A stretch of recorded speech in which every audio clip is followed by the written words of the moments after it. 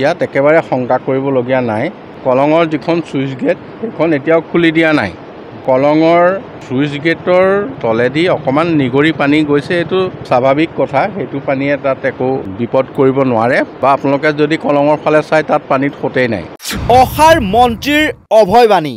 যোৱা 22 জুনত মন্ত্ৰী কেশৱ মহন্তই ঘোষণা কৰিছিল কলিয়াবৰবাসী শংকিত হোৱাৰ প্ৰয়োজন নাই, স্লুইচ গেটৰে পানী নিগৰাটো স্বাভাৱিক কথা। আৰু তাৰ পাছত 2 জুলাইৰ দৃশ্য এয়া। ঠিক স্লুইচ গেটৰ কাষতেই ব্ৰহ্মপুত্ৰই খহালে হাতীমৰা মথাউৰি। ঠিকাদাৰ ভাতৃক সুৰক্ষা দিবলৈকে মন্ত্ৰী কেশৱৰ আছিল নেকি এই অভয়বাণী? সেয়া পাছলৈকে থলো।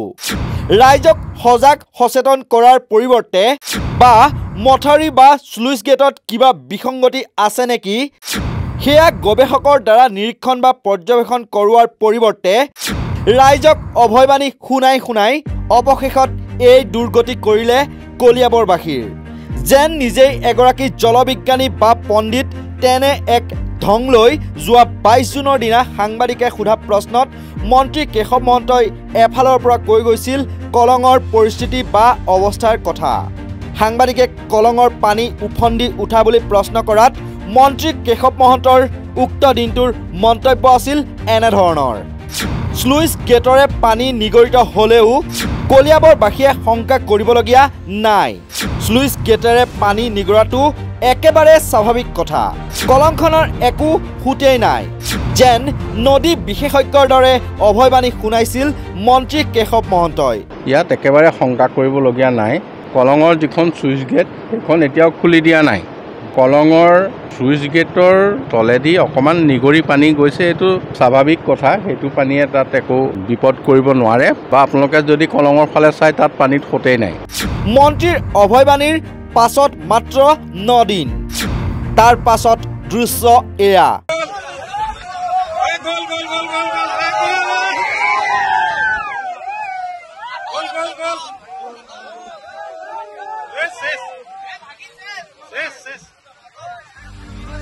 এতিয়া আহিছো মন্ত্ৰী কেশৱ মহন্তৰ ভাতৃ কৃষ্ণ মহন্ত মালিকানাধীন মাধৱ এণ্টাৰপ্ৰাইজৰ এক প্ৰসংগলৈ। কলিয়াবৰৰ বানপীড়িতৰ ককবকনিৰ আঁৰত মন্ত্ৰীৰ ঠিকাদাৰ ভাতৃৰ ঠিকাদাৰী প্ৰতিষ্ঠানৰ গাফিলতি নেকি? নিৰ্মাণ সম্পূৰ্ণ হোৱা 1-1.5 বছৰৰ পাছতেই কেনেকৈ ভাঙিল 6.70 কোটি টকাৰ মথাউৰি? অসমৰ স্বতন্ত্ৰ সংবাদ প্ৰতিষ্ঠান দ্য ক্ৰছ কাৰেণ্টৰ প্ৰকাশিত এই বাতৰিটোলৈ ভালদৰে মন কৰক, য'ত মন্ত্ৰী কেশৱ মহন্তৰ ভাতৃ কৃষ্ণ মহন্তৰ মালিকানাধীন মাধৱ এণ্টাৰপ্ৰাইজে নাবাৰ্ডৰ সাহায্যপ্ৰাপ্ত RIDF আঁচনিৰ অধীনত ৰাজ্য চৰকাৰৰ লোক নিৰ্মাণ বিভাগে কুকুৰাকটা পাহাৰৰ পৰা হাতীমৰালৈকে 3.59 কিলোমিটাৰ দৈৰ্ঘ্যৰ মথাউৰি নিৰ্মাণৰ বাবে 2022-23 বৰ্ষত নিবিদা আহ্বান কৰিছিল।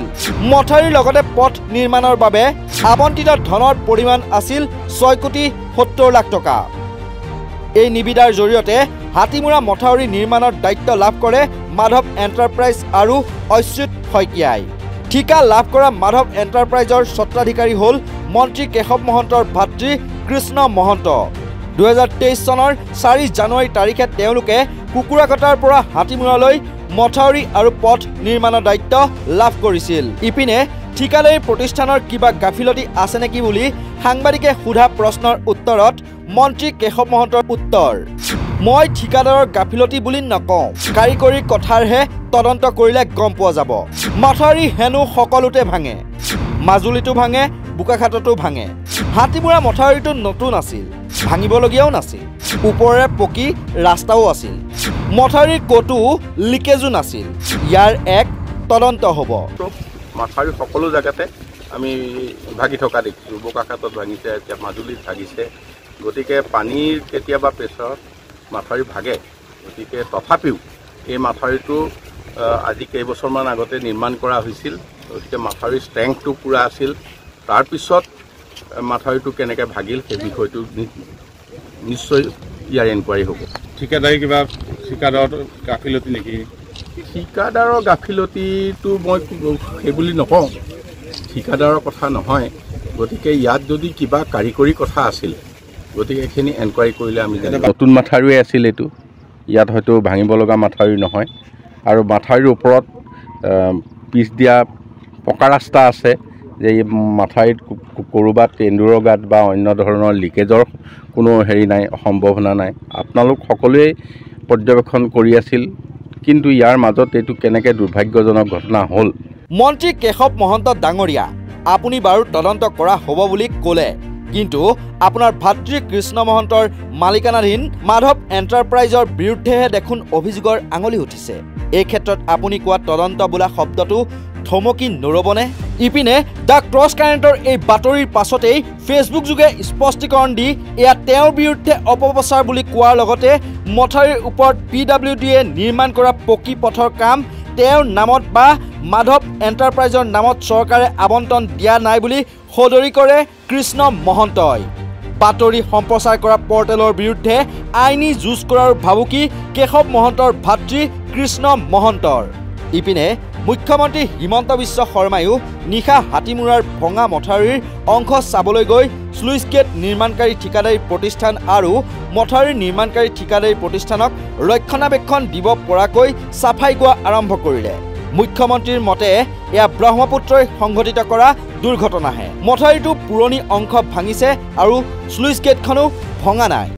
এনেকুৱা কথা, প্ৰত্যেকটো মথাউৰি ভঙাৰ পিছত কিছুমান কাৰোবাক দোষ দিয়া হয়, অনুসন্ধান কৰা হয়, সেইটো চৰকাৰী বিভাগীয় নীতি নিয়ম এটা থাকে আৰু ক'ৰবাত ভুল থাকিলে বিষয়া কৰ্মচাৰীক শাস্তিও দিব লাগে। কিন্তু ব্ৰহ্মপুত্ৰত যোৱা 3 দিন ধৰি আপোনালোকে ডিব্ৰুগড়ত পৰিৱেশ চালে দেখা পাব, অৰুণাচলত ক্লাউড ব্লাষ্ট হোৱাৰ পিছত পাছিঘাট অৰুণাচলত ইমান পানী হৈছে আৰু ব্ৰহ্মপুত্ৰলৈ পানী ব্ৰহ্মপুত্ৰৰ পৰাও আহিছে, সোৱণশিৰিৰ পৰাও আহিছে। দুইফালৰ পৰা পানী অহাৰ পিছত সাধাৰণতে ব্ৰহ্মপুত্ৰৰ মথাউৰিবিলাকৰ ওপৰত এটা সংকট আহে। কেতিয়াবা হাতীমূৰা ভাঙিব, কেতিয়াবা আগত গৈ ভাঙিব, কেতিয়াবা মাজুলীত ভাঙিব, কিন্তু গোটেই যিটো ব্ৰহ্মপুত্ৰৰ গতি আছে, গতি অঞ্চলত ক'ৰবাত নহয় ক'ৰবাত ব্ৰহ্মপুত্ৰই এফেক্ট কৰে। কেতিয়াবা খুব ডাঙৰ কৰি যদি মথাউৰিটো ভাল কৰি বনা থাকে, ইয়াত নাভাঙিব, গৈ লাহৰী ঘাটত ভাঙি যাব, লাহৰী ঘাটত নাভাঙিলে গৈ আগত পলাশবাৰীত ভাঙিব। সাধাৰণতে ডিছচাৰ্জ কেপাচিটিতকৈ পানী বেছি আহিলে ব্ৰহ্মপুত্ৰই দুৰ্ঘটনা কৰে। হাতীমূৰাত হৈ গ'ল, এতিয়া তাৰ কাৰণ যদি কোনোবা বিষয়াৰ গাফিলতি আছে ডেফিনেটলি আমি ইনকুৱাৰী কৰিম, কিন্তু ই এটা দুৰ্ঘটনা। 17 চনতো হৈছিলে ইয়াতে, দুৰ্ঘটনা বুলিয়ে ধৰি ল'ব লাগিব। নাই, ডেফিনেটলি বিভাগীয় তদন্তও কৰা হ'ব। যদি ধৰক এটা যদি ছুইচ গেটখন ভাঙি গ'লহেঁতেন, পোনে আমি ক'ব পাৰিলোহেঁতেন যে বনোৱাত ভুল আছে। যিটো অংশ ভাঙি গৈছে পুৰণা অংশটো ভাঙিছে, নতুন অংশ। মুখ্যমন্ত্ৰী হিমন্ত বিশ্ব শৰ্মাই যিমানেই চাফাই নাগাওক কিয় 20 কোটি টকা ব্যয় সাপেক্ষে স্লুইচ গেট নিৰ্মাণকাৰী ঠিকাদাৰী প্ৰতিষ্ঠান জেড ইঞ্জিনিয়াৰ্ছ আৰু মন্ত্ৰী কেশৱ মহন্তৰ বিৰুদ্ধে ক্ষোভ একেবাৰে পাতলা নাই বানাক্ৰান্তৰ। বৰঞ্চ মন্ত্ৰীগৰাকীৰ বিৰুদ্ধে জখলাবন্ধাৰ ৰাষ্ট্ৰীয় ঘাইপথলৈ ওলাই আহিল ক্ষোভ আৰু দুখত ত্ৰস্তমান বানপীড়িত ৰাইজ। আমাক কি দিলে মন্ত্ৰীয়ে? আজি 7 বছৰ হৈ গ'ল। যোৱা বছৰৰ ক্ষতিপূৰণৰ নামত এটকাও নাপালোঁ। আমি খাম কি, কৰিম কি? ক্ষোভত ভাঙি পৰা বানাক্ৰান্তৰ আৰ্তনাদ এয়া। আজি 7 বছৰ গ'ল, যোৱা বছৰ 7 বছৰ আগৰ বানপানী পইচা দি পোৱা নাই এতিয়ালৈকে। এইবিলাক চিন্তা ভাৱনা কৰিব লাগে। এনেকুৱা অন্যায় কৰিলে দিগদাৰ আছে। আমি খাম কি তেতিয়ালৈকে? আজি চাপ 2 দিন হৈ গ'ল। কোনে কি খাইছে, গৰু ছাগলীয়ে কি খাইছে নেখাইছে, এইবিলাক চিন্তা কৰিব লাগে নে নালাগে? ডাঙৰ মানি মানুহটো এই কলীয়া বৰঙাই দিয়ে চিন্তা কৰক।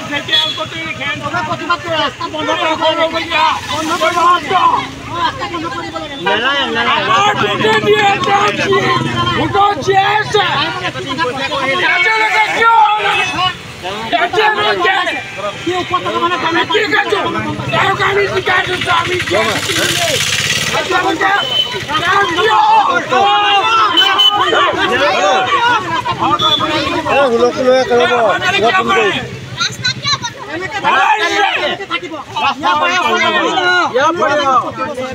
আমি নামানো এবাৰ খবৰ প্ৰতি বছৰ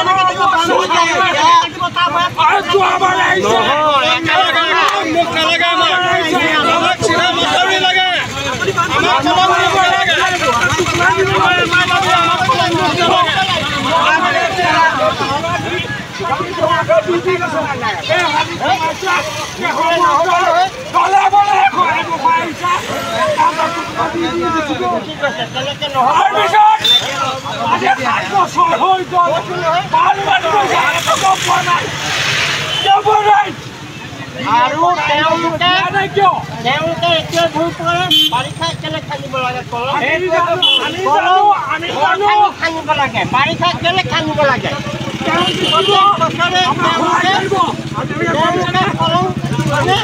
আৰু মাথাউৰি ভাঙে আৰু আধা টকা প্ৰতিবাদ সোমাই যায় আধা চফা কৰে একাংশ ক্ষোভিত প্ৰতিবাদকাৰীয়ে মন্ত্ৰী কেশৱ মহন্তকে পলৰীয়া আখ্যা দিলে।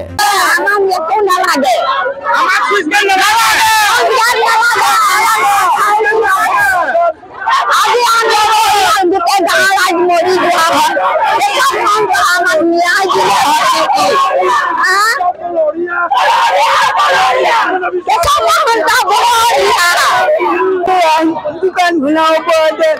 Dia kata apa lagi. Ada apa kan? Apa lagi? Kamu apa lagi?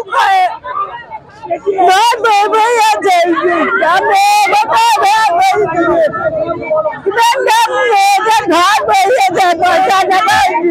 Kita bukan lagi bukan aset dia. Kita berkumpul dah. Apa nak? Luar kali kali kali kali.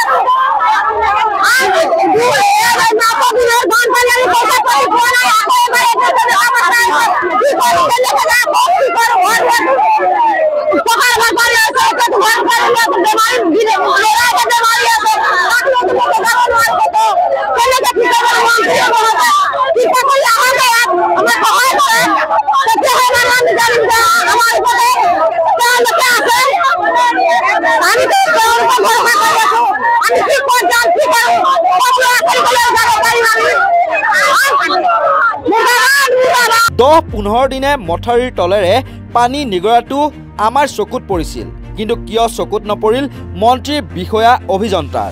জাবৰ আৰু পলস আঁতৰ নকৰাকৈ 2017 চনত ভঙা মথাউৰিৰ স্থানতে নিৰ্মাণ কৰা হৈছিল নেকি নতুন মথাউৰি? এই সন্দৰ্ভত একাংশ বালাক্ৰান্তই কি ক'লে শুনাই লৈছো। মোৰ কথা হ'ল কলিয়াবৰখনত বাৰে বাৰে পানীত ডুবাই পেলাই গোটেই কলিয়াবৰ ৰাজ্যক ধ্বংস কৰি ঠেলি আনি আছে। সাধাৰণ অলপমান 10,000 টকাৰ কাম কমকৈ তোলাৰ কাৰণে আজি এই দুৰ্ঘটনাটো আৰম্ভ হ'ল। যোৱা বছৰ 17 চনত যিটো বানপানীয়ে মাথাউৰি ভাঙিছিলে, সেই ভঙা মাথাউৰিটোৰ তলত শুকাই যোৱাৰ পিছত তলত যিবিলাক ডেব্ৰিজ আছিলে, যিবোৰ জাবৰ আছিলে, যিবোৰ পলস আছিলে, এই পলসবিলাক আঁতৰাই নোলোৱাৰ কাৰণেই আজি তাৰ ওপৰতে আকৌ মাটি দি নতুন মাথাউৰি বনাই দিলে। নতুন মাথাউৰি বনাই দিয়াৰ ফলত তলত আজি এসপ্তাহ 15 দিনৰ পৰা তলে তলে পানীটো নিজৰি পেলাই আহিবলৈ আৰম্ভ কৰিলে। সেই আৰম্ভ কৰাৰ কথাটো মন্ত্ৰী এমএলএ সকলৰ চকুত কিন্তু কাৰো পৰা নাই, বা ইঞ্জিনিয়াৰৰ চকুতো কাৰো পৰা নাই। খালি চকুত পৰিছে ৰিপৰ্টাৰৰ চকুত পৰিছে, সাধাৰণ গাঁৱৰ ৰাইজৰ মানুহৰ চকু পৰিছে। গতিকে ৰাইজৰ কথাটো চৰকাৰেও নামানে।